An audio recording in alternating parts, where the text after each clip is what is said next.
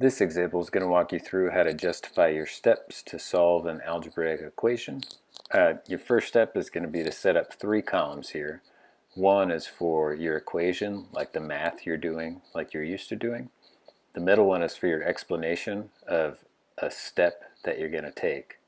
Okay, so you're just going to put it in words. And the reason is why. Why do you take that step? That's your justification. Okay. Remember, to justify just means to give good reason. So our first one is just writing the equation. We do that because that's what's given to us. Our next step, if we were working this problem out, would be to add 4x to each side, because we're trying to get our x's all alone to help us solve for that 1x at the end.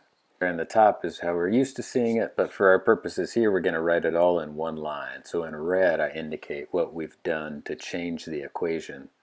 Again, in the middle, I have my explanation, and then off to the right, I'm going to have my reason, which we can talk about in a second. So the next step we're going to do is combine like terms. That'll give us 7x plus 2. So we're just going to rewrite it there, and it'll equal 23 on the other side. To solve the rest of the equation, I'm going to subtract 2 from both sides, and then I'm going to combine my like terms, and my last step will be to divide by 7.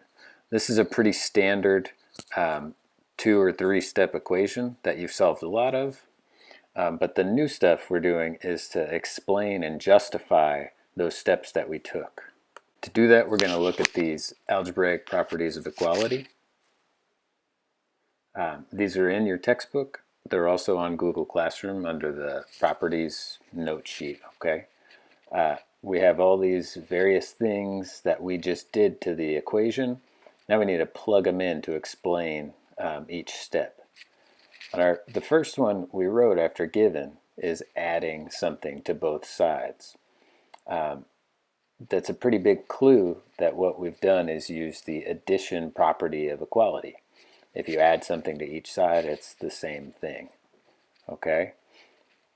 You're going to find as we keep filling this out that it's pretty much that easy. If you add, you've used the addition property of equality. If you subtracted, you've used the subtraction property of equality. The one thing you might not be aware of is when you do something like combine like terms, you're going to explain that as simplifying. We rewrote it to make it simpler to look at. Okay? But otherwise, whatever math operation you've done, the reason that works is because of these properties of equality. So we want you to be thinking about, well, what property did I use? Why does this math work? And remember, that's going to help us when we get into proofs.